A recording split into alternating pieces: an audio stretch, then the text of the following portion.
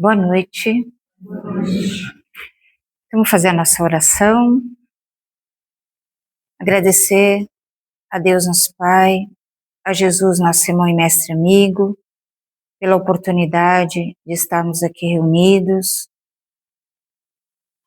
Agradecer essa espiritualidade que preparou todo esse ambiente para que nós aqui chegássemos e pudéssemos usufruir dessas energias renovadoras. Pedimos aos benfeitores espirituais que nos amparem, nos fortaleça, nos oriente, para que as nossas mentes possam estar abertas e receptivas para os ensinamentos divinos.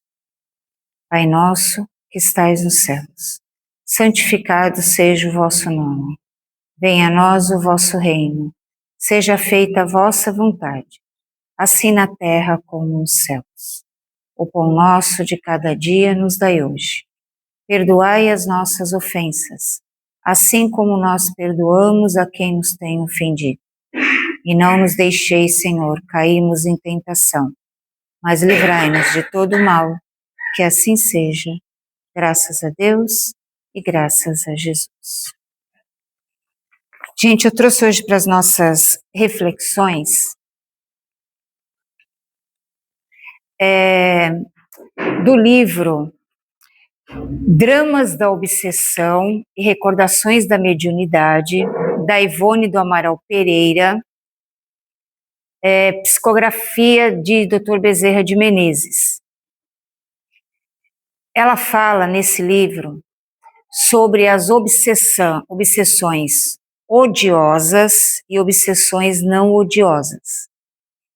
A gente costuma no movimento espírita ver através das obras de Kardec que existe a obsessão simples, a subjugação, a fascinação. Ela ampliou isso para a gente ter um outro entendimento, tá? Então, quando a gente fala de obsessão, antes de começar uma obsessão, existe um assédio. O que é um assédio? É uma brecha que a gente abre no campo mental e que a gente vai recebendo aquelas informações espirituais, porque a gente abriu o canal, né, se conectou com aquele tipo de envolvência, e a gente vai recebendo aquela, vamos dizer assim, aquela perturbação. Quando essa perturbação ela se mantém constante, a gente tem aí o princípio da obsessão. E a gente tem a visão que a obsessão é sempre a ação persistente de um mau espírito. Mas existem as obsessões que não são assim, tá? Então vou comentar algumas para a gente ver que tem umas variantes acontecendo aí, tá bom? Bom, então, o que é a obsessão em si? A obsessão é uma conexão psíquica que a gente tem. Então, o obsessor não cria obsessão, ele rega, tá? Ele não planta semente, ele rega. Por quê? Porque já existe alguma coisa em nós, então ele vai regando. Tá? Se não existisse, ele não regaria, tá? Então é aí que vem a vigilância e a oração, e que é a parte mais complicada para a gente, né? Porque quando a gente vê, já entramos aí no processo de obsessão. Então ela fala da obsessão odiosa. A obsessão odiosa é uma perseguição espiritual e existe um ódio muito grande. Aquele ser se sentiu injustiçado por uma atitude nossa cometida e ele vem fazer justiça com as próprias mãos. Então, são conflitos existentes do passado ou do presente e que vai se estabelecendo essa conexão psíquica entre os envolvidos, tá? Então, a obsessão odiosa é uma obsessão difícil porque é uma perseguição espiritual mesmo, tá? É implacável, né? Então ela fala da obsessão odiosa por vingança. O que é obsessão odiosa por vingança? Esse espírito, ele foi vitimado por alguma coisa, esse ser foi vitimado por alguma coisa, e ele, que tipo de vitimização? Traições, assassinatos, desonra, perdas financeiras muito graves, e criou-se um laço de ódio entre esses seres. Então ele retorna, localiza e vem fazer a sua própria justiça. Então ele vem tirar satisfação, vamos dizer assim. Agora sou eu que dou as cartas aqui. Então é uma obsessão muito profunda, tá? Como que eu resolvo esse tipo de obsessão? Pelo perdão. É o único caminho que a gente tem. Ah, mas eu não sei, porque a gente reencarna e tem o esquecimento do passado. E como que eu vou saber se eu tenho um envolvimento de um processo obsessivo, odioso, por vingança? Sempre que a gente fizer as nossas orações, a gente ora pelas pessoas que a gente fez mal nessa vida ou em outras. Por quem a gente prejudicou nessa existência ou em outras. Porque às vezes a gente acha que não prejudicou ninguém, mas a gente prejudicou. Então a gente pede nas nossas orações que as energias vão de encontro a esses seres, que eles nos perdoem pelo mal que a gente tenha causado nessa ou em outra vida. Então quando você tem uma relação com alguém que não é muito favorável, você sempre coloca nas suas orações que esse ser me perdoe pelo que eu fiz nesta ou em outra existência. Porque a gente não sabe o vínculo que aconteceu aí, mas a gente sabe que existe hoje um antagonismo muito grande. Então, porque houve alguma coisa, graças ao esquecimento do passado, a gente não sabe o que houve, mas estamos próximos para estreitar os laços de amor. Tá? Então, esse é o caminho. A gente sabe daquele caso do Divaldo, que o Divaldo tinha um obsessor ferrenho com ele, né? E aquele obsessor perturbava o tempo inteiro, andava com ele 24 horas. E um dia ele recebeu lá na Mansão do Caminho uma criança com características bem complicadas, fisicamente, e esse ser chegou perto dele e falou: "Você vai receber essa criança?" Ele falou: vou receber na Mansão do Caminho. E aquela criança era a mãe do obsessor que estava reencarnado. A partir daquele momento que ele passou a cuidar daquele ser, ele se desvinculou, né? O ódio se dissipou, né? E ele conseguiu trazer para o núcleo familiar dele aquele ser para destruir aquela mágoa, aquele ódio profundo que existia. Então, os laços de amor é o que vai prevalecer em qualquer tipo de situação. Tudo bem até aí? Bom, aí ela fala também no segundo caso de obsessão odiosa. Obsessão odiosa por afeição desvirtuada, ou seja, por posse, por ciúme. Então é aquele amor, existia um amor, depois esse amor se transformou num ódio possessivo muito grande. Então há um sentimento de frustração acontecendo aí, um sentimento não resolvido. Que tipo de sentimento não resolvido a gente tem? Desilusões amorosas, vamos dizer assim, combinados que não foram executados, promessas que foram feitas e não foram cumpridas. Ah, me espera que eu vou casar com você não aparece mais, a pessoa fica esperando. Tem muitos casos desse. Desilusões profundas, ciúmes doentios, abandonos, tudo isso ela cataloga como afeições desvirtuadas. Então é um amor que existia e que se transforma num grande ódio, um ódio possessivo, tá? E aí vem perseguir. Vem perseguir por quê? Porque quer você de novo, quer fazer justiça com as mãos, por isso que é odiosa. Então vem aqui para atrapalhar as suas escolhas, os seus reencontros, tudo isso. Então vem para cá, vem tentar ver se consegue de novo ter a posse daquilo que a pessoa acredita que é seu. Essa é uma obsessão odiosa por esse apego excessivo. Tá? É um apego, é uma emoção, né, vamos dizer assim, uma afeição de características deficitárias. Tá? Aí ela fala de um terceiro caso, que é a obsessão odiosa por inveja.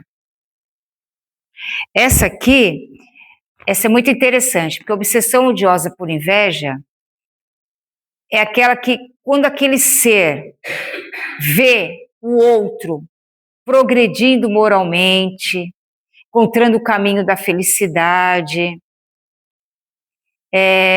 conseguindo se melhorar até na própria vida material, tá seguindo o melhor caminho, aquele ser não quer. Ele tem inveja. Então ele começa assim, não sei para que você está fazendo isso. Não sei por que você está progredindo nesse sentido, não sei por que você vai fazer isso. Não sei por que você vai construir isso. Não sei para que você vai estudar isso. Isso é um processo obsessivo. Porque você está progredindo, mas o outro não quer que você faça esse progresso. E isso pode acontecer de desencarnado para encarnado e de encarnado para encarnado. Tá? Não quer o seu crescimento. Às vezes, numa escola, por exemplo, aquele jovem que tira sempre nota boa, sempre saindo bem na escola, aí os colegas ficam todos com inveja, né? Poxa, aquele lá é um nerd, aquele lá tá sempre do lado do professor, só tira nota boa, né? E aí fica aquelas panelinhas, né? A panelinha daqueles que não querem saber de estudar, então fico com inveja do outro que está estudando, está se dando bem. Quando esse que se dá bem escorrega, aí eles se divertem, ficam felizes, porque o certinho escorregou. Isso é um tipo de obsessão odiosa por inveja. E ela é extremamente prejudicial. Tá dando para entender até aí, gente? Tá. Qualquer dúvida, vocês me perguntam, tá? Esse tipo de obsessão odiosa por inveja, ela desestabiliza a pessoa psicologicamente, tá? A influência é forte, que ela vai trazendo uma descompensação nessa área psicológica, tá? Mental. Aí ela dá uma quarta característica de obsessão odiosa. Obsessão por antagonismo de ideais, pela causa que você defende. Então você defende um grupo no bem, você luta pelos aqueles direitos, você fica ali trabalhando naquela situação, mas existem seres espirituais que não querem. Então eles vêm atrapalhar. Então eles provocam guerras, eles provocam desentendimentos, eles provocam conflitos. porque eles querem poder, eles querem domínio, eles querem desestabilizar uma estrutura, um país. O que a gente vê hoje das guerras é um processo obsessivo de uma causa. Cada um está defendendo a sua causa. Então, aqueles grupos do plano espiritual, eles vão ficando ali, essa causa é a melhor. Mas não é uma causa para o bem, porque está provocando o quê? A desestabilização de um outro lado, está provocando o quê? A morte do outro lado. Então, não é uma causa no bem. Então, esse tipo de atuação é como eles enxergam um grupo como um inimigo. Então, eu preciso combater. Eu preciso duelar com esse grupo. Então, essa é uma obsessão odiosa por uma causa que você defende. Por isso que a gente tem que buscar sempre o trabalho no bem. E o trabalho no bem que não prejudique ninguém, dá até uma rima aí, né? Esse é o correto. Qualquer outro que provoque violência, conflitos, debates que trazem divergências, não, com certeza está recebendo assédio de seres que estão querendo desestabilizar aquela estrutura ambiental que está ali. Tudo bem até aí? Tá. Quais são as consequências das obsessões odiosas? Primeiro, que elas desgastam o nosso perispírito, nosso corpo espiritual. E esse desgaste no corpo espiritual, ele pode gerar doenças reais no plano físico. Tá? Outra coisa, eles podem criar casos severos de depressão, síndrome do pânico, pode levar à loucura e até o suicídio. E também dificultam aquele ser dele se expressar com independência, com autonomia, com clareza, porque você não sabe o que é o seu pensamento e o que é o pensamento que está entrando como intruso no seu campo mental. Então, às vezes, não é nem a gente que pensa, é eles que estão pensando por nós. Tudo bem até aí? Então, essa é odiosa, tá? Mas ela também falou pra gente que existem as obsessões não odiosas. São aquelas que não têm esse ódio, essa maldade, essa justiça pelas próprias mãos. E ela cataloga a obsessão não odiosa por apego excessivo. Na obsessão não odiosa, não tem inimizades, não tem ódios. Não tem ódio, por isso que ela é não odiosa. Mas existe essa obsessão não odiosa por apego excessivo. Que é essa obsessão não odiosa por apego excessivo? Um avô tem um carinho todo especial por uma neta, ama aquela neta, faz tudo por ela. Esse avô desencarna. No plano espiritual, até que ele possa ter um entendimento, ele vem porque ele quer ficar próximo da neta. Então ele vem e fica próximo. E aquela criança passa a sentir todo o processo emocional do avô e vai adoecendo.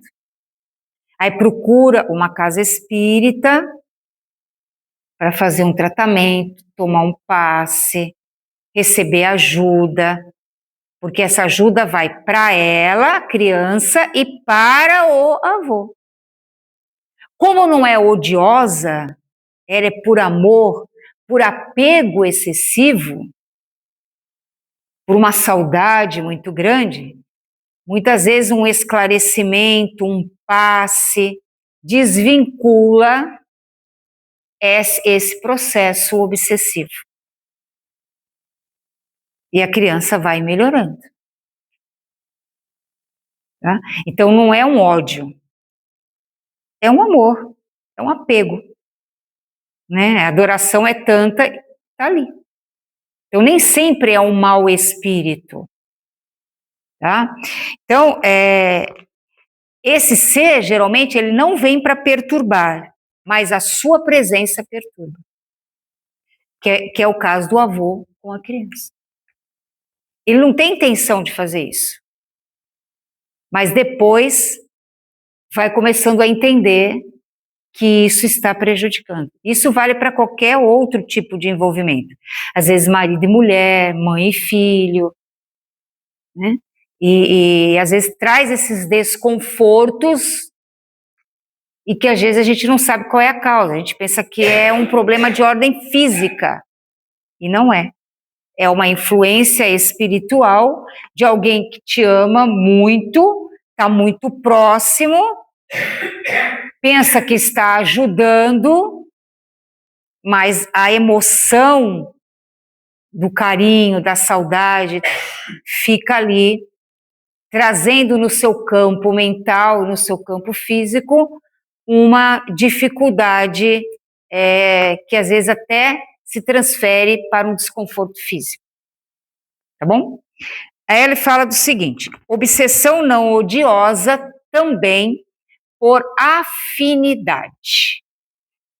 A obsessão não odiosa por afinidade, a gente enquadra muito aí os vícios. Os vícios não é uma obsessão odiosa, é uma obsessão não odiosa. Porque o vício é um companheiro que tem uma grande afinidade com você, tem uma sintonia mental com você, e ele simplesmente diz assim: vamos fazer as coisas juntos, porque nós nos damos muito bem. É simples. Eu me simpatizo com a sua energia, você simpatiza com a minha, e nós formamos um par, um companheiro, que muitas vezes vem até de reencarnações pretéritas. Vem junto.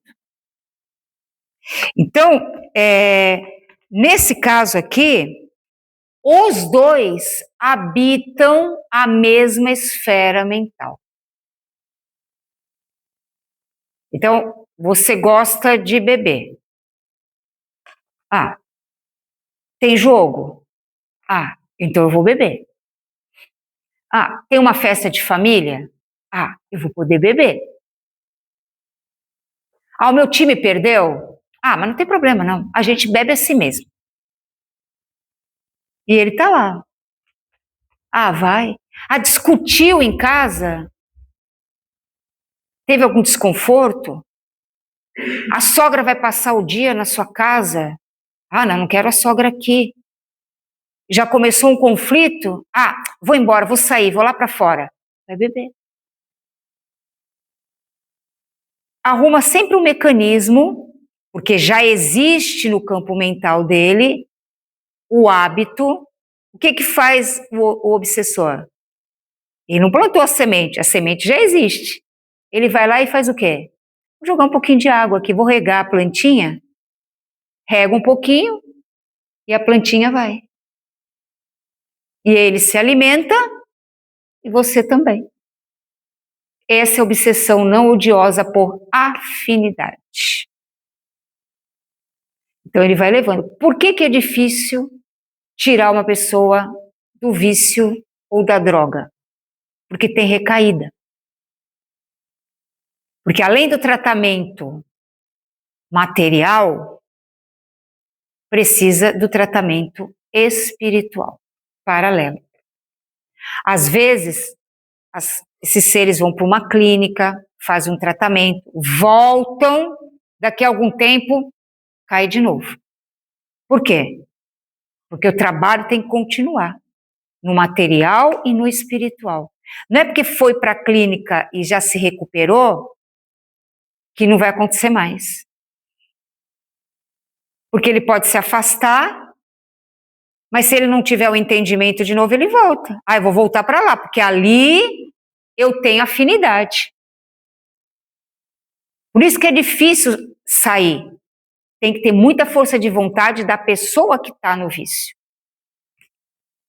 Porque essa afinidade criou essa conexão mental, essa afinidade espiritual ali. E não é todo mundo, porque outra pessoa pode beber, mas a sintonia de ambos, a afinidade de ambos não é a mesma. Então não é tão fácil também escolher o seu companheiro de copinho. Quando escolhe, gruda e não quer deixar. Não quer deixar. Porque para arrumar outro não é tão fácil assim. Tem que ter vibração, sintonia e afinidade ali semelhantes. Por isso que fica com energia, tem disposição. Aí o outro diz assim, poxa, eu não bebo, não fumo, não uso droga, e tô tão cansado, e o outro que tá ali tá, na maior vitalidade. Alguém tá regando aquela vitalidade, né? Até o dia que a matéria aguentar. Tem um ser ali, regando ali, todo dia. Porque ele precisa se nutrir espiritualmente.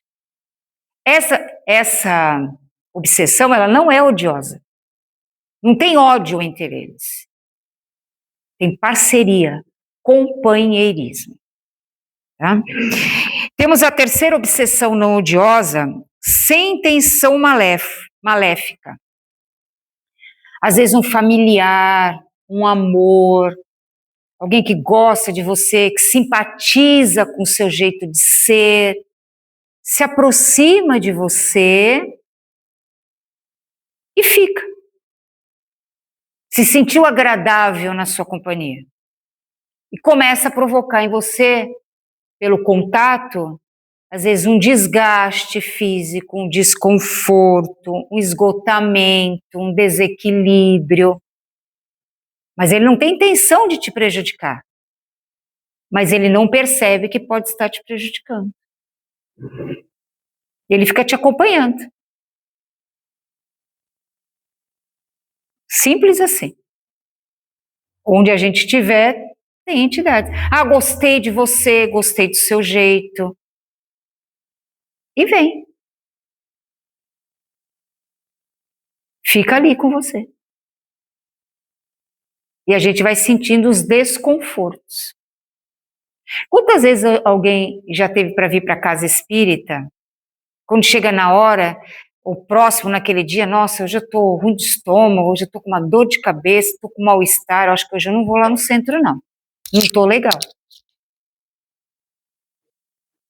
Alguém foi ali, ficou, você foi a algum lugar, aquele ser se afinizou com algum pensamento seu, com alguma energia sua, grudou, você iria vir para o centro, ele vinha também para ajudar, você não veio, ele fica lá com você. Aí hoje é um problema, amanhã é outro problema, depois é outra dificuldade, e assim vai indo, daqui a pouco você não vem mais. E ele encontrou um companheiro ali para ficar, sem intenção maléfica. Não tem ódio, não tem desejo de vingança, não aconteceu nada entre vocês, simplesmente gostou de você.